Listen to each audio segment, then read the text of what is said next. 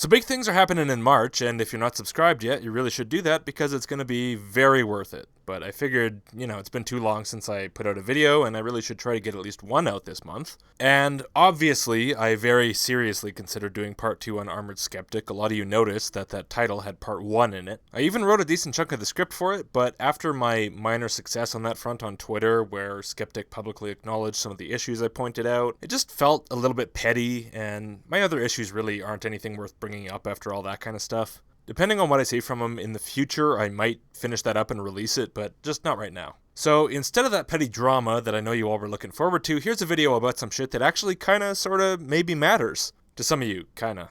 So a lot of you will remember that petition that I mentioned, which asked for the Canadian government to repeal the blasphemous libel law that we still have in Canada, Section 296 of the Criminal Code. Basically, this law prevents Canadians from publishing material that mocks or criticizes God or religion in an insufficiently ass-kissing tone. So if the court decides that it was your intention to offend the religious, regardless of whether it actually was, of course, not that that matters, then you could go to jail. Maximum prison term, I think, is 2 years. So basically it criminalizes every snarky atheist comment you've ever posted. And of course it only applies to religion. I mean, the religious get to say whatever the fuck they want about atheism in whatever tone they want, because who cares about atheists? So if some uppity atheist mouths off too much to whatever religion happens to choose to apply political pressure, they could serve up to 2 years in jail. It's an old law, it was put in the 19th century and it hasn't been used in quite a while, but the fact that it's still on the books poses an ever-present threat. It's a warning to keep your fucking mouth shut if you don't want the powers that be to shut it for you. The last successful prosecution under the law was in 1935, and the last time anyone was charged with it was in 1979. By the way, that was for trying to put on a showing of Monty Python's The Life of Brian.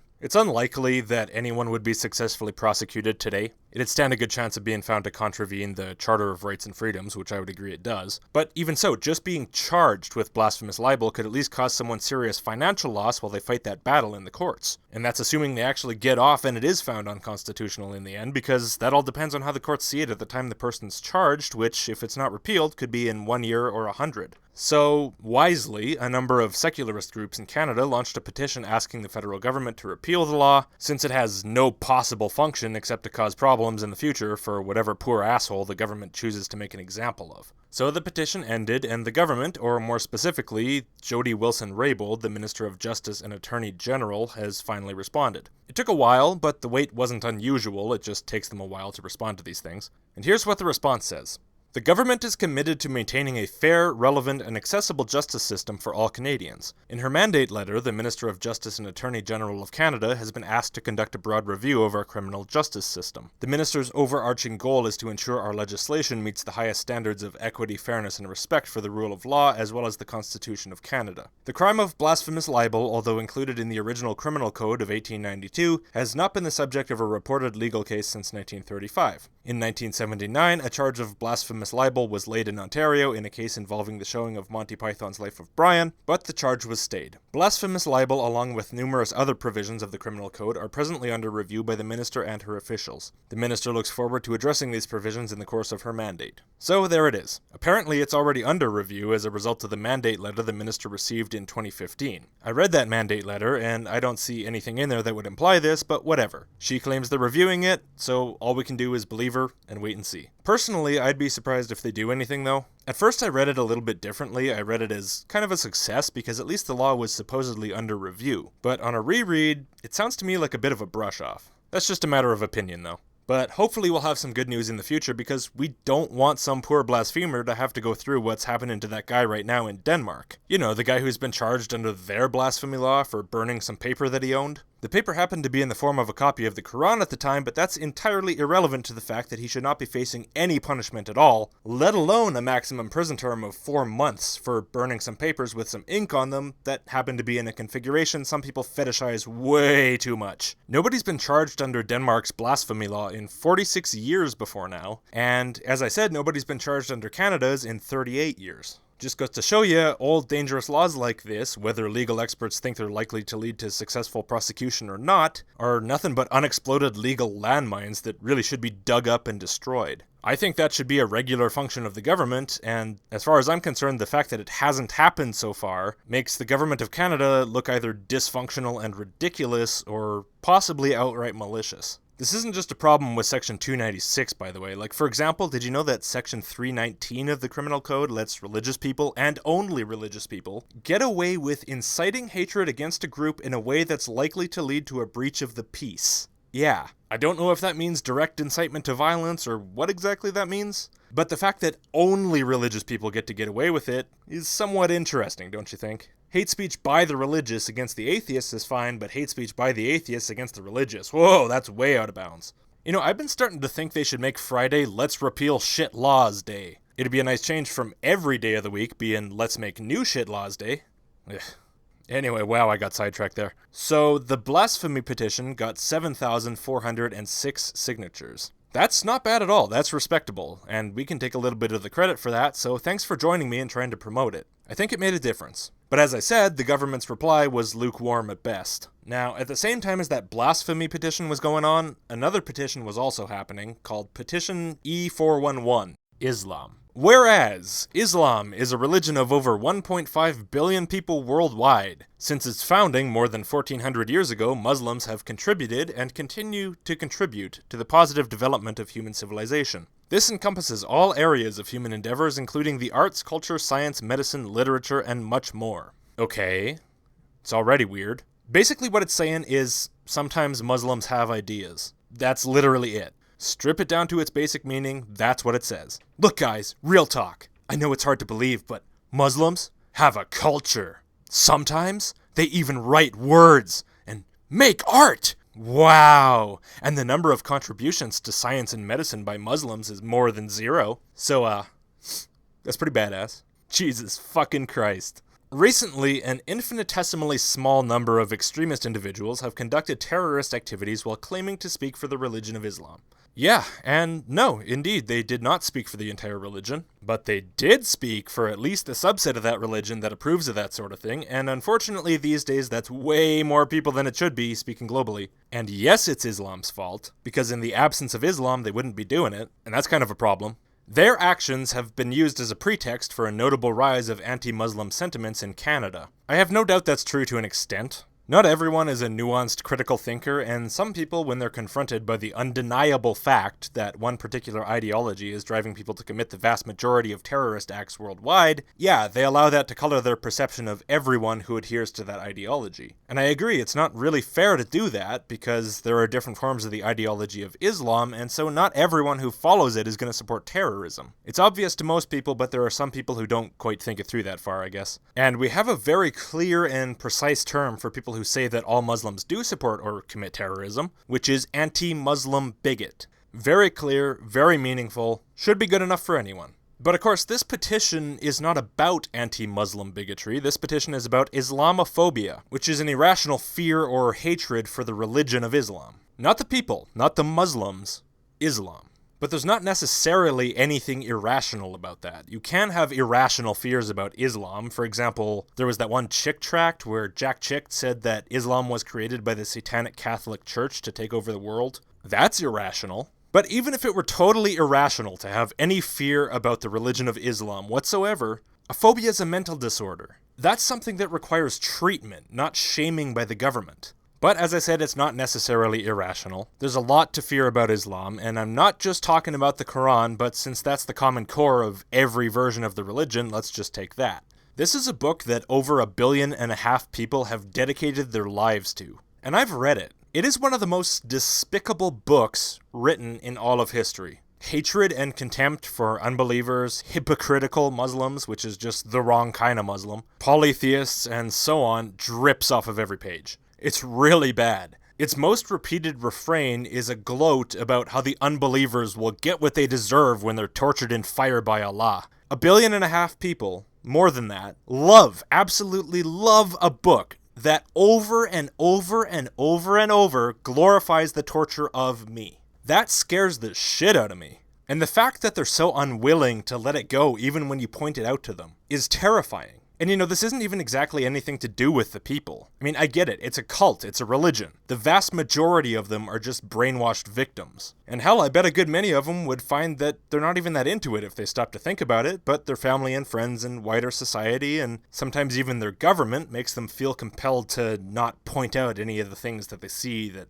they might think are wrong. And now they don't just have Muslims to worry about if they criticize the religion, now they have non-Muslims to scream Islamophobe at them if they criticize it. Oh, it's just so helpful. If I knew of a way to talk every Muslim on earth out of Islam so that the religion ceased to exist, I would do it. Because those kind of hateful ideologies just do more harm than good. And being honest about that is not the same thing as wanting to harm Muslim people. These violent individuals do not reflect in any way the values or the teachings of the religion of Islam. Oh yes, they fucking do. What they don't reflect, maybe, is the version of Islam you like. But that's irrelevant. It entirely reflects the values and teachings of their own version of Islam. What do you think? They're blowing themselves up for shits and giggles? They don't think they're gonna go to heaven? No, you fucking idiots, listen. If you want to convince people that terrorists and terrorist sympathizers are no true Muslims, then I'm sorry, but because I said so is not a good enough reason. You know why?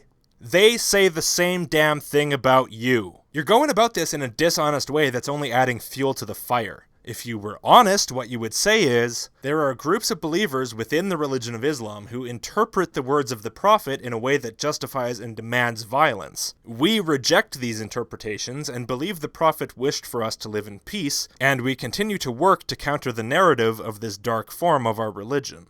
That's an honest statement. Just saying my version of Islam is the only one that exists and the other ones aren't Islam at all, so stop having any problems with Islam, you bigots, is not honest.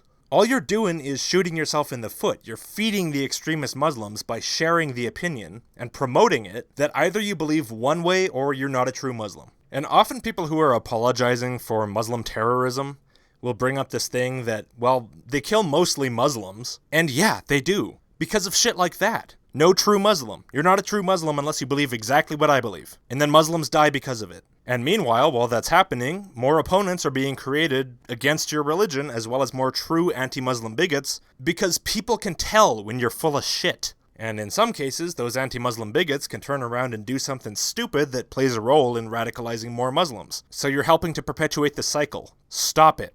In fact, they misrepresent the religion. No, like I said, they represent the religion as they practice it just fine. Unfortunately for everyone, your version is not the only version of Islam. Don't we all wish it were? We categorically reject all their activities. Good. And I categorically reject your dishonest excuse-making and your pretense that the less savory elements of your religion just don't exist within it. They in no way represent the religion, the beliefs, and the desire of Muslims to coexist in peace with all the people of the world. No, you're right, I agree. They represent the desire of Muslims to terrorize everyone in an attempt to force the world to submit to Islam. You don't want that, but no matter how many times you repeat the lie to yourself, there are a lot of Muslims who do. Based on the polling, they're not a majority anywhere, not even close, but it's still way too many. Way too many. For example, according to Pew Research, in the US, 8% of Muslims say suicide bombing or other violence against civilians to defend Islam is often or sometimes justified. And 5% say it's rarely justified, so that's still sometimes as far as I can tell. Only 81% say it's never justified. That's a terrible number, you have to understand. Worldwide, 11% say it's often or sometimes justified, which means that there are 165 million Muslims worldwide who support terrorism against civilians, and that's not even counting the rarelies. You can't just excuse this by saying, oh, Muslims just want to live in peace. Those aren't real Muslims. Yeah, they are. Look, I'm glad you promote a more peaceful flavor of the religion. I wish there were more of it. But do it honestly, because I don't see there being more of it if you keep lying. You're supposed to be the good guys. You're supposed to be the ones in the right. And if that's the case, you don't need lies because you have the fucking truth. If the good guys keep using lies as propaganda, all you're gonna do is cause more distrust from Muslims. You're gonna convince people that the good guys are a hell of a lot less numerous than they are, and you're gonna feed the bigots that you supposedly oppose. You would think this wouldn't need explaining, but apparently it does. Okay, we the undersigned, citizens and residents of Canada, call upon the House of Commons to join us in recognizing that extremist individuals do not represent the religion of Islam, and in condemning all forms of Islamophobia. Great, and so it ends with asking the government to recognize some vague nonsense. Extremist individuals do not represent the religion of Islam? Yeah, they do. Did you mean extremist individuals do not represent every variety of Islamic belief or something like that? Because if so, maybe you should have said that instead of, well, something that's not that. And the government is supposed to condemn all forms of Islamophobia. Well, I agree. I condemn all phobias. They really suck, and in extreme cases, they can cripple the ability of the people afflicted by them to lead normal lives due to the constant terror and nightmares. You know, that's getting kind of boring. What you really mean, obviously, is that you want to condemn all forms of whatever the fuck people have mangled that term to mean these days. I don't think it meant anything to begin with, but it's even worse now. So what have they mangled it to mean? Well, Counter-Arguments on YouTube provided a nice list in his video on the subject. By the way, go subscribe to him. Now that is quite the list. And yes, I've heard people called Islamophobes for every single one of those things. I've been called it many times for criticizing Islam and the claims made by certain Muslims in support of it. Even just questioning the fact claims, you know? There are no scientific miracles in the Quran. Islamophobe! All the fucking time. Calling people Islamophobic as a way to shut down the conversation when they start to lose the argument has become increasingly common to the point that, at least on the internet, it's a regular occurrence. And yet, for some reason, the people behind this petition thought it was a real good idea to not even bother to include a clear and unambiguous definition of the term, or any definition of the term. And so in the total absence of a definition, we can only assume that all forms of Islamophobia means all definitions of the word Islamophobia in common usage, which includes every single usage I'm showing you right now.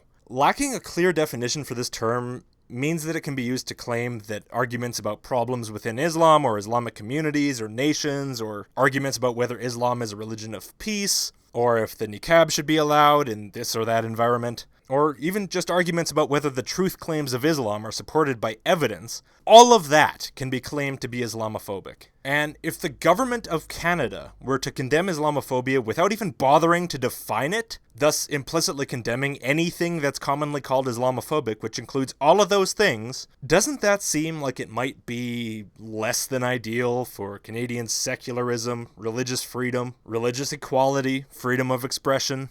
Just a little.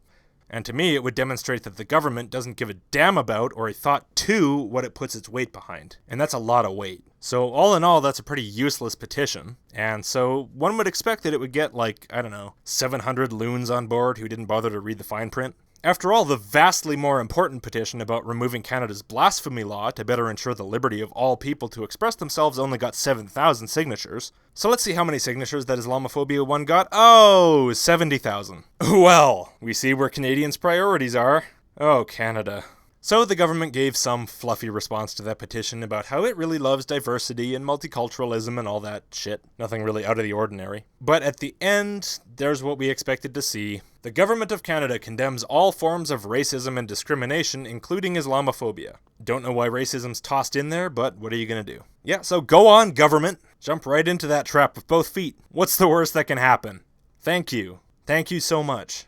And now we come to the issue of the day, which is motion M-103, entitled Systemic Racism and Religious Discrimination. Yeah, I know, racism and religious discrimination lumped together, you already know it's going to be good. Put forward by Member of Parliament Ikra Khalid, this motion was debated on February 15th and defines Islamophobia exactly as well as the petition I just read, which is to say, not at all. You would think that a legal clerk like Khalid would understand the importance of clarity, but oh boy does she ever not. Let's go through the text of the motion and then we'll talk more about it. That, in the opinion of the House, the government should A. recognize the need to quell the increasing public climate of hate and fear. Yeah, I had to stop and reread that because I thought I'd skipped a line or something and missed the end of the sentence. You know, the public climate of hate and fear regarding X, Y, and Z, but nope. Apparently just hate and fear in general.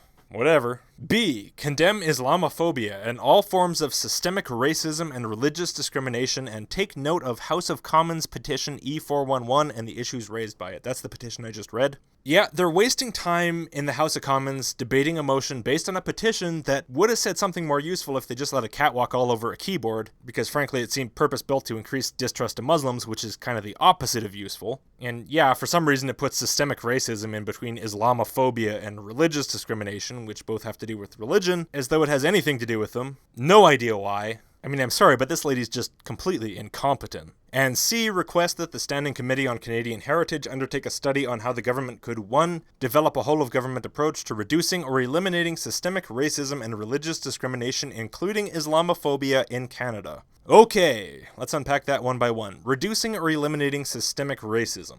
Well, I don't quite understand why this is in this motion, if it's supposed to be related to E411, but whatever. Again, So I haven't looked very far into claims about systemic racism in Canada, so as usual, before I'll accept some extraordinary claim, someone's going to have to show me some evidence before I'll buy in. That's all the comment I'm going to give. Next part. Reducing or eliminating religious discrimination, including Islamophobia. Reducing or eliminating. I have serious problems with that phrasing. Set aside the problems with the word Islamophobia for a minute and just pay attention to religious discrimination. What exactly is this asking for the government to do? Is it talking about eliminating religious discrimination by schools and employers and stuff like that through legislation? Because I'd support that, but it doesn't say that. And more importantly, we already have that. So is it talking about eliminating religious discrimination just in general? Because that frankly sounds scary as shit. Now, I'm aware, you don't need to tell me, I'm aware this isn't a bill, it's not going to change any laws, but it's the government of Canada taking a stance that it wants to eliminate a wide range of opinions and attitudes which, again, really are not defined. And I really don't like the idea of a government defining what ideas it wants to eliminate from among its citizens. That should be the citizens' business. The citizens, in some sense, should be controlling the opinion of the government by voting in the representatives they want. The government should not be turning around and trying to control the opinions of the citizens. That's nuts. So what might it mean if they decide they want to do that? Well, I don't know. I'll let your imagination do that work for you. But I sure do hope that if they ever get a wild hair up their asses to really do something about it, they recognize that religious discrimination and hate and fear are rampant in the Quran. And hey, maybe that'll make them back down. No, it won't. But, I don't have much to say about the rest of it, so just read through it yourself real quick. The Conservative Party put forward their own version of the motion, similar to this one, but with the word Islamophobia and the reference to petition E411 removed and a couple of clarifications. So their changes were basically, they changed A to say, recognize that Canadian society is not immune to the climate of hate and fear exemplified by the recent and senseless violent acts at a Quebec City mosque, which is far more clear than the sweeping statements of the Liberal motion. It's still not 100% to me, but at least it refers to something specific. I know what context they're talking about it in. And they changed B to say, condemn all forms of systemic racism, religious intolerance, and discrimination of Muslims, Jews, Christians, Sikhs, Hindus, and other religious communities, which I'm still not a big fan of, since, well, for a start, I don't think they should even be putting forth a version of this motion, because I find them to be a pointless waste of taxpayer money, and I wish they'd just use their time for something that matters. But I also have a problem with it in that I don't see a reason for it to specifically mention religions. It could just say religious discrimination and be done with it. Why mention any religion specifically when religious discrimination, which was already present in the Liberal motion, does the job for every religion, and arguably for people who don't have a religion, too?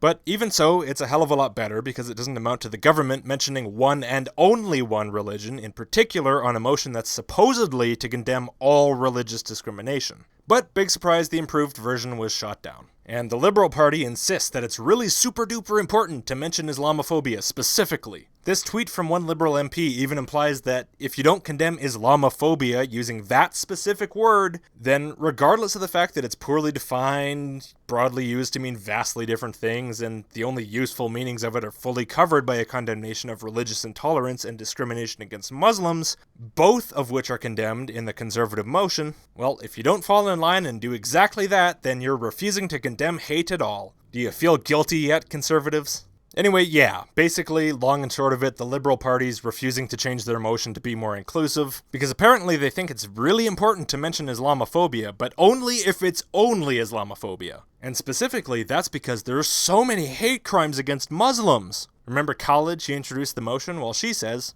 I decided through my private member's motion to highlight Islamophobia in the context of all types of systemic racism and religious discrimination in Canada, calling on a study that, we need to look at this issue. No community or no piece of racism is separate from another. Everything is interconnected, and we need to work together to build those bridges between communities. Yeah! Awesome! Then why are you insisting on a motion that only mentions your community? How the fuck does that help clarify that it's all interconnected and to build bridges? Huh? Oh, and by the way, Islam's not a fucking race. But hey, maybe she's right. After all, that awful Quebec attack happened where a guy killed 6 people in a mosque, and it really was bad. And it's something that we never want to see happen in this country. Of course, it happened after she introduced the motion, so it really doesn't help explain why she chose this terrible wording in the first place, but, When Quebec happened, it was very unimaginable. And I think that the motion, which I tabled long before Quebec, was very relevant. And it was a call to action. So it was not surprising. It's ironically showed us even more proof that Islamophobia is real. Well, Islamophobia doesn't mean anything, so that's impossible, but yeah, it proved anti-Muslim bigotry is real. Of course, we all knew that already, so... But you know what? 6 people were killed. 6. That means the Muslim community is under siege in Canada. They're the most hated group of anyone. Seriously. More violent hate crimes are committed against them than against any other religious group. Look, I'll prove it. I'm just going to go to Statistics Canada here, the official government statistics site, and I'll just look up hate crimes by religion, and Muslims are going to show up right at the top. Oh, Jews? 213 hate crimes committed against Jews versus 99 for Muslims. Well, you know what? That's easily explained. Clearly there must be many more Jews in Canada than Muslims, right? Let me just go to Statistics Canada again, and I'll find the, Muslims were 3.2% of the population at the last census, and Jews were 1%. So more than double the raw number of hate crimes were committed against a population less than a third the size. That can't be right. That'd be like 6 times the hate crime rates against Jews than against Muslims. That's impossible. Look, a guy shot up a mosque, and I saw a mean comment spray painted on a wall on the news. And I mean, who's ever seen an anti-Jewish hate crime in the news? Come on. You know what? It's just got to be old data, right? 2014 hate crime data, 2011 census data, yeah. I bet since then the population of Muslims must have dropped like a lot. As you know, their communities have been ravaged by roaming Jewish death squads, probably. It's got to be true, right? I mean, fuck the Jews. I don't want them on my motion. And no, I'm not saying Ikra Khalid hates the Jews, for fuck's sake. Probably she just doesn't know how statistics work. You know, I keep hearing this thing that hate crimes have doubled against Muslims in the past 2 years or whatever. And even so, that's way less than the Jews have. So, just saying. And look, if that's actually true, I really wouldn't have a problem with this motion concentrating solely on Islam if it were just worded a different way. For example, it could say something like, crimes against Muslims motivated by anti-Muslim bigotry have doubled since 2015, a faster increase than for any other demographic, assuming that's true. The government condemns these crimes. And that'd be fine. That would be the government addressing a real change in crime rates against a certain group. If the motion said that, I wouldn't have any problem at all with it mentioning Muslims and only Muslims and leaving Jews and anyone else out. But that's distinctly not what the motion says. This motion only condemns the attitudes of the citizens, not their actions, and it doesn't make any mention of any unusual increase in hate crimes against Muslims as compared to other groups. And actually, there was a motion adopted in 2015 condemning the rise of anti-Semitism, and I have an issue with the wording of that motion as well, since it doesn't specify exactly what falls under the category of anti-Semitism, which could be anything from just attitudes to actions, you know. But at least it cites some examples of what is considered anti-Semitic, and all these examples are either hate crimes or calls for the destruction of Israel and Jews, and it actually takes care to specify that criticism of Israel is not anti-Semitic, so at least they tried half-heartedly to include some clarity. And in my opinion, the fact that the Jews already had a motion a couple years back doesn't mean that this motion, worded as it is right now, should not include them. I mean, supposedly it's meant to address all religious discrimination, which manifests as criminal actions against Jews more than against any other religious group in the country. So what possible motivation could the Liberal Party have for wanting to exclude the one group most affected by religiously discriminatory hate crimes from a motion condemning religious discrimination? The Conservatives' version revised it to mention first Muslims, then Jews, and then other religious communities, and they were called cynical and hateful because they refused to ignore the religious discrimination against non-Muslim communities. It's absurd, and the fact that the Liberals are behaving this way really makes me question their motivations and oppose the motion just that much more strongly. Oh, and by the way, like 99 hate crimes against Muslims in a year, even 213 for Jews, you know? Say the hate crimes against Muslims are doubled since 2014 and we'll call it 200. Those just really aren't huge numbers when you consider that there are hundreds of thousands of people in both these groups in the country. I think like 1 million Muslims. And most of those crimes aren't even violent crimes. The majority of hate crimes are things like vandalism and threats and shit. Those statistics only show 2 homicides counted as hate crimes in 2014. 2 total. Across all categories, against all groups, in all of Canada. I mean, none of this is good, but it's not exactly a Muslim Holocaust, is it? Anyway, long story short, a lot of people were really unhappy with all this bullshit, obviously, and some of them decided to send some strongly worded messages to Miss Khalid, and she decided it would be a good idea to make the taxpayers pay to hear her read some of them out loud. So here, let's listen to them together. Let me read you some of the messages I have received. No need to debate her. Simply remind her that she is merely a woman and she needs to sit the blank down and shut the blank up. She has to comply according to Sharia. Kill her and be done with it. I agree. She is here to kill us. She is sick and she needs to be deported. Real Canadians will rise up and get rid of the nasty blank muzzy stench in Ottawa. They should all go the blank back to your blank hole where you belong. We will burn down your mosques, Draperhead Muslim. Why did Canadians let her in? Ship her back.